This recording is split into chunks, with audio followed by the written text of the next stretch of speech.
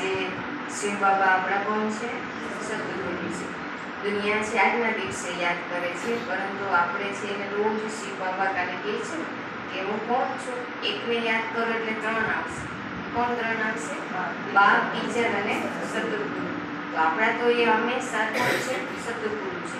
દુનિયાની રીતના જે લોકો એને યાદ કરે છે. ગુરુનું કેટલું ગાયન છે કે ગુરુ ન કરીએ તો સદગતિ નથી મળતી, મુક્તિ નથી મળતી. તો આપણે અત્યાર સુધી વિચારતા હતા કે એવા કોણ ગુરુ છે જે આપણને મુક્તિ અને જીવન મુક્તિ આપે. તો આપણે જેને શોધતા હતા કે સ્વયં પરમાત્મા, શ્રી પિતા પરમાત્મા બ્રહ્મા તનમાં અવતરિત થઈને આપણને મળ્યા છે. તો હવે મળ્યા છે.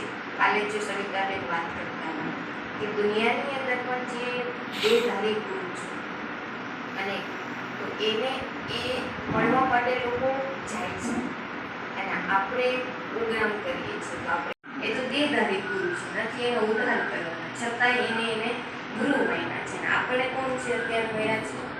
જે સ્વયં એ આત્માઓને મુક્તિ આપે છે. એ તો સ્થૂળ વસ્તુનું દાન દેવા જાય છે કે આપણું ઉદ્ધાર કરે. તો આપણે તો બાબા કાંઈ નથી કહેતા. શું કહે છે? ખાલી મને વિકારોનું દાન આપો. એટલે આજના સદગુરુના દિવસે કે બાબા માટે આપણને જે સદગુરુમાંથી જે અંદરથી જે પ્રેરણા થાય કે આપણને બાબા મળ્યા, તો સદગુરુ નિમિત્તે આપણા દિલના ભાવ આજે અમારે નથી બોલવાનું. આપણને બાબા સદગુરુ મળ્યા છે તો મને શું પ્રાપ્તિ થઈ છે સદગુરુ તરીકે? મેસેજ નાખ્યો તો બધાએ પૂછ્યો હશે. તો તમારે 14 વર્ષના હતા ત્યારથી બંને બહેનો આપણને ખબર છે બાબાના જ્ઞાનમાં સમર્પિત જીવન જીવે છે. તો એ પણ એક માધ્યમ છે આપણા માટે.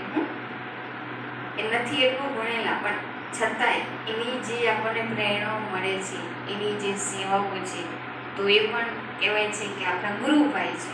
આપણને ભલે બાબા મુક્તિ આપે છે પણ બહેનો પણ કોણ છે? ગુરુભાઈ છે. બાબાએ એને દર્દી આપી છે. તો સૌ પ્રથમ